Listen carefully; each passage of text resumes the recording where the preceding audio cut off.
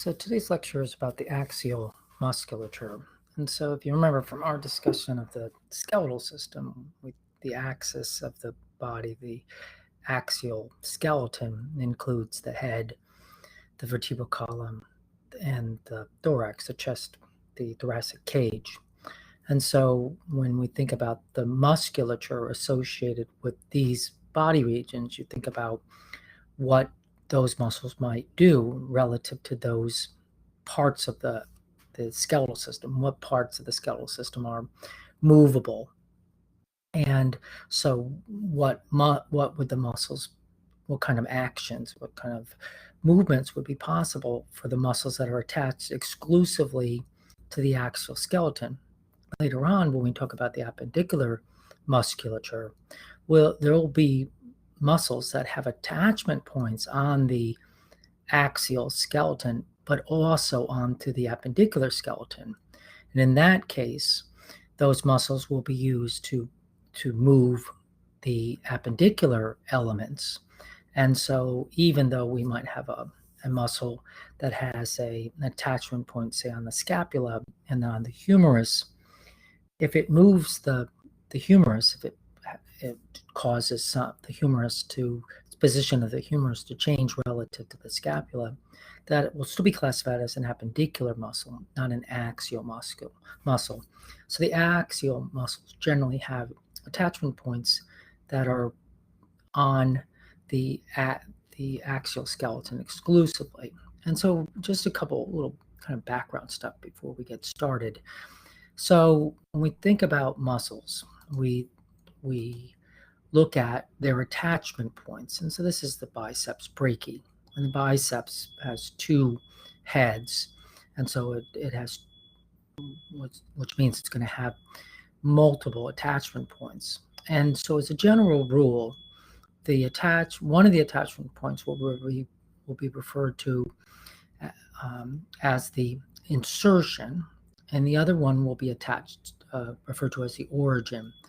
The origins and insertions differ in that, although this is not absolutely true, but generally the origin is fixed in position, and the insertion moves towards the origin. Now, if you look at the organization of this particular muscle, the scapula is movable also.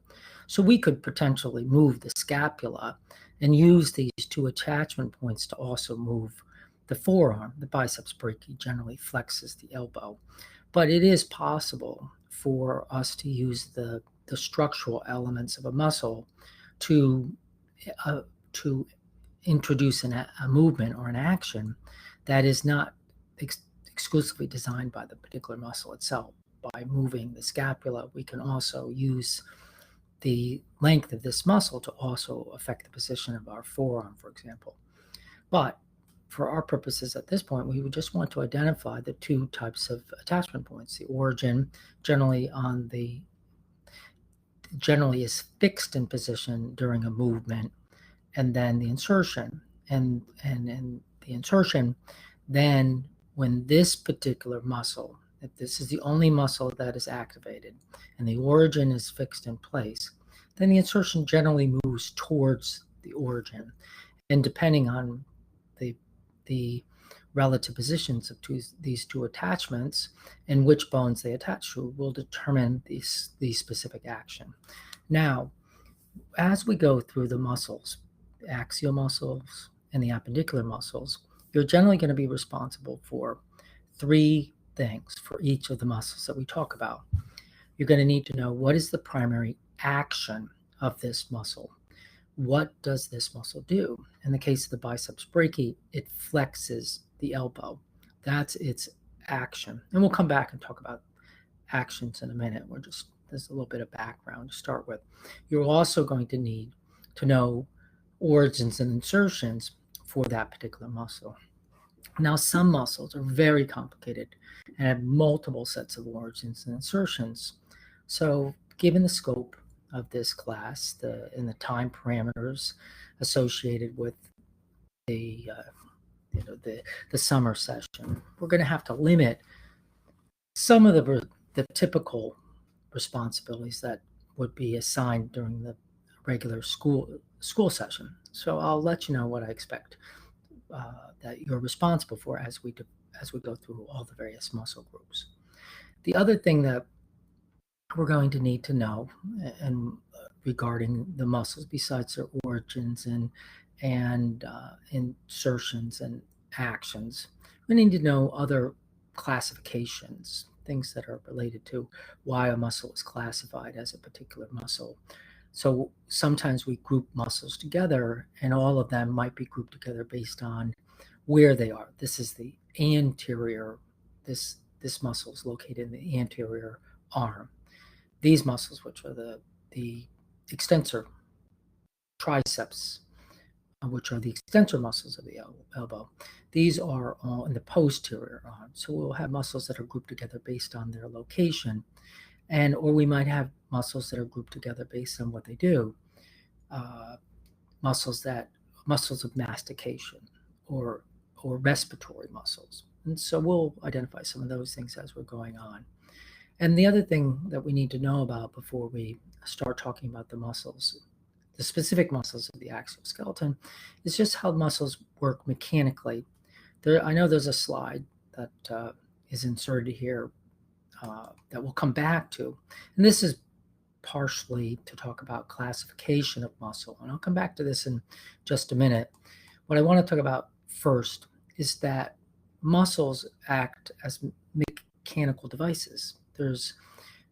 They're tools, and you think about, here's a tool that's common in many people's garages or tool sheds. It's a wheelbarrow or a shovel. This is not a tool. I don't even know if they have those anymore at playgrounds, at teeter-totter. But essentially, in all three of these examples, each one of them has three things in common. They have a place where force is being applied to a lever. They have a place where there's a fulcrum point for the movement of the lever, and there's weight being applied to the lever. And the question simply becomes, where is the weight, where is the force being applied, and where is the fulcrum? And there's three possible orientations, and therefore the levers are all classified as one of three classes, class 1, 2, or 3, based on the relative position of where the fulcrum is and where the effort is being applied and where the load is. And in this figure, the P stands for power, which is effort, and W is weight, which is load, and so an F is fulcrum. So in a first class lever, the fulcrum lies along the lever in between the place where the effort's being applied and where the load, the weight, is being displaced or moved. In a first class lever, and the other thing you want to know about a lever is whether there's a mechanical advantage that results from the action of that lever.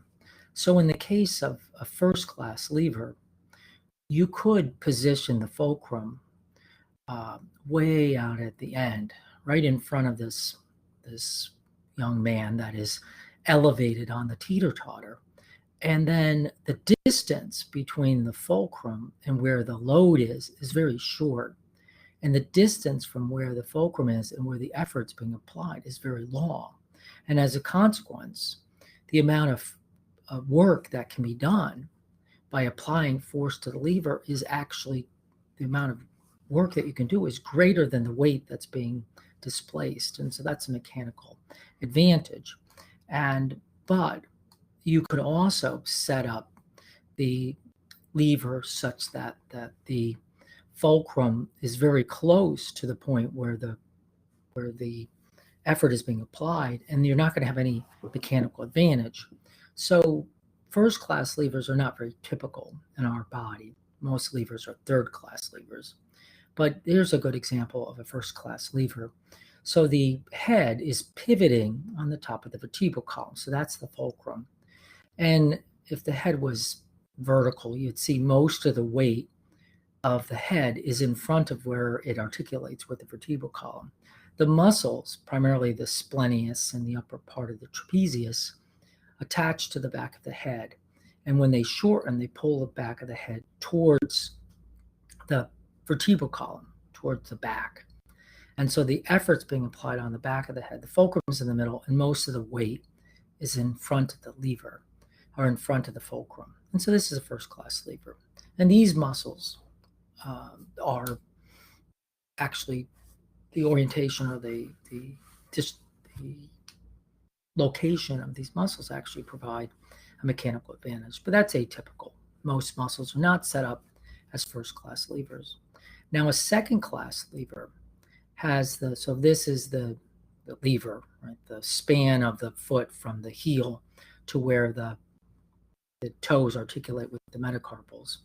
The fulcrum point is the place where the metacarpals are in contact with the ground. The length of the foot represents the lever.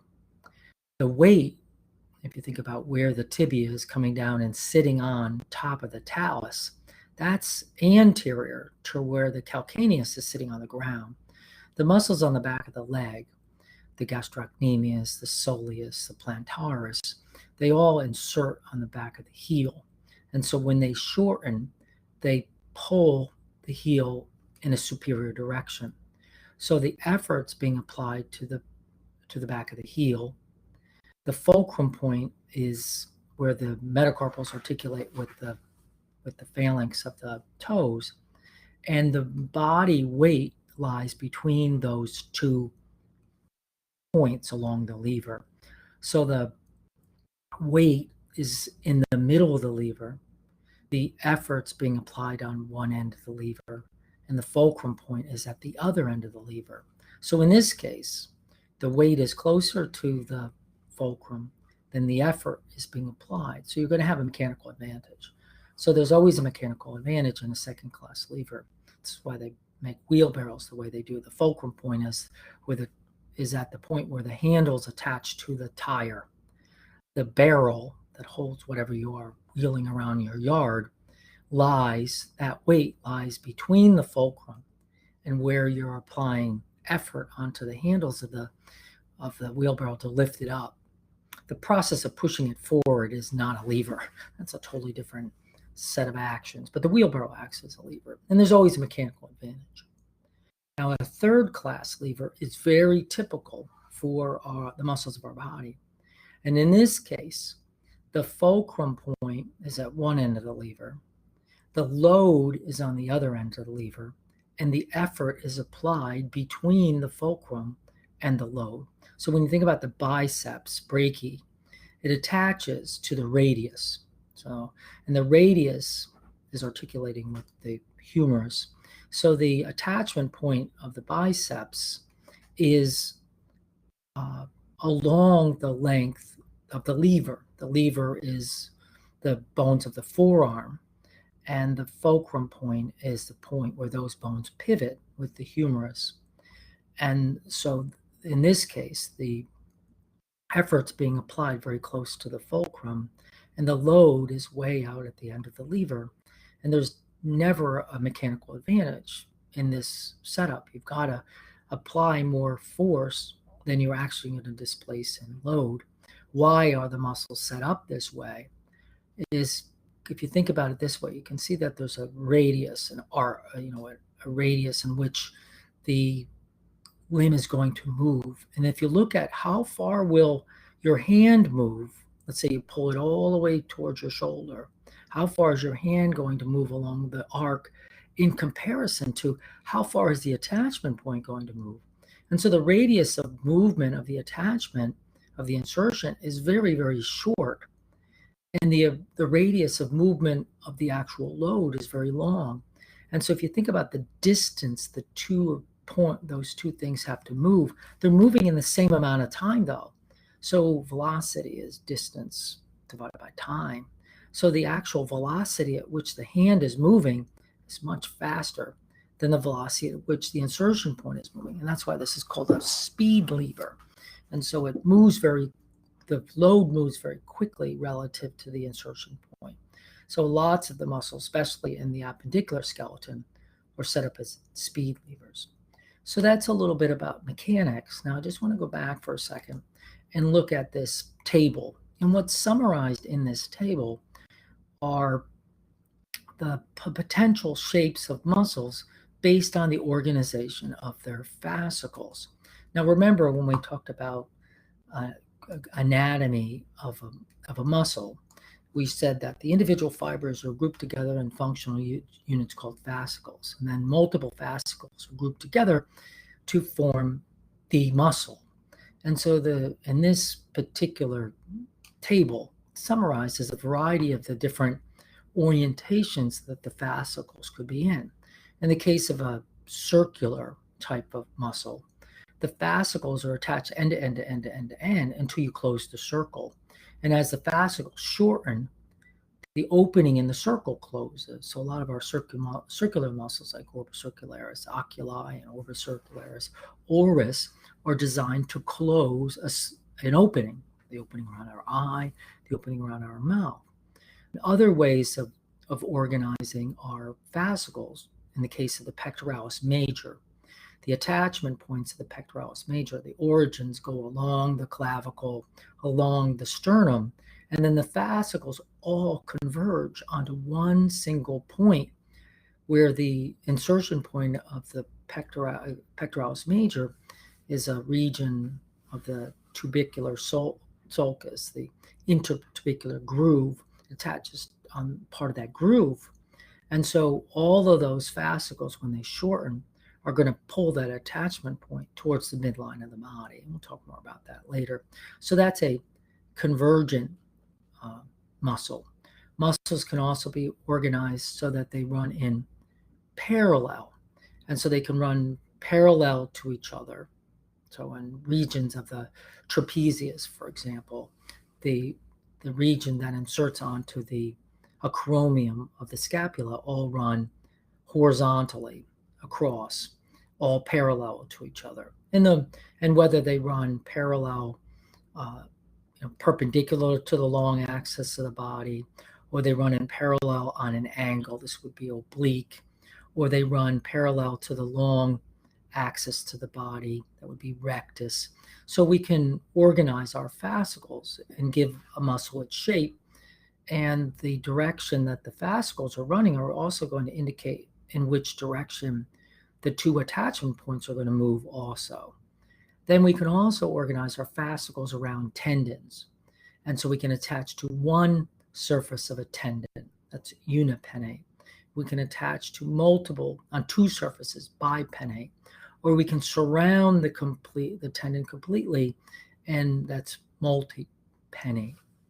And so there's a variety of different things. And we're not going to focus, that's not going to be a major thing, but sometimes knowing that the description of the fascicles also provides some insight about how the muscle is going to move its attachment points, but it's also going to contribute to naming the muscle. And so muscles are sometimes named the name includes some aspect of the organization of the fascicles, like orbis circularis or rectus, etc., okay, or oblique.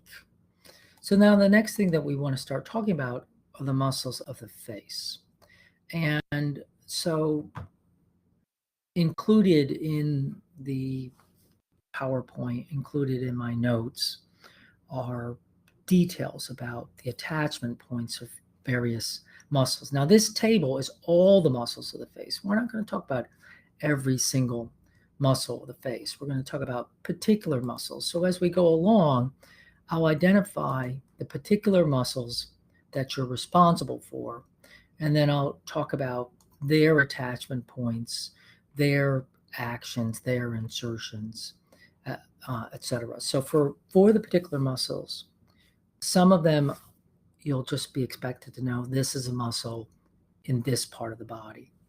For some of the muscles, you have to know this is a muscle in this part of the body, and these are the primary attachment points, and this is the primary action, because some muscles are able to cause a range of movements, and so I want to limit what that what you're responsible for, to be kind of proportionate to the time available to master them, as well as to what's a reasonable expectation for an anatomy class at this level. So the first muscles that we want to look at are muscles on the face. Now, the way the figure is set up is that on the right side of the face, it includes the superficial muscles. And on the left side of the face, some of the superficial muscles are removed so that you can see the muscles that lie deep to them. So for example, on the right side of the face here, you can see the fascia that includes the adipose that covers the masseter muscle. And then you can see sitting on top of that fascia, so sitting on top of that fascia is the zygomatic muscle, and sitting on top of that muscle is the rasorius. And so then once we cut away some of those superficial muscles, then we can see the deeper muscles. And then the figures, so this represents the right side of the face with some of the superficial muscles reflected off. So what I basically want to do is just say, these are the muscles that you're responsible for, and these are their attachment points. And so we start out with the rasorius, okay? And the rasorius is this diagonal muscle right here that runs on the superficial fascia of the face. And so what are the attachment points for the rasorius? So the origin is sitting on top of the fascia of the masseter, and then it inserts into the skin on the corner of the mouth.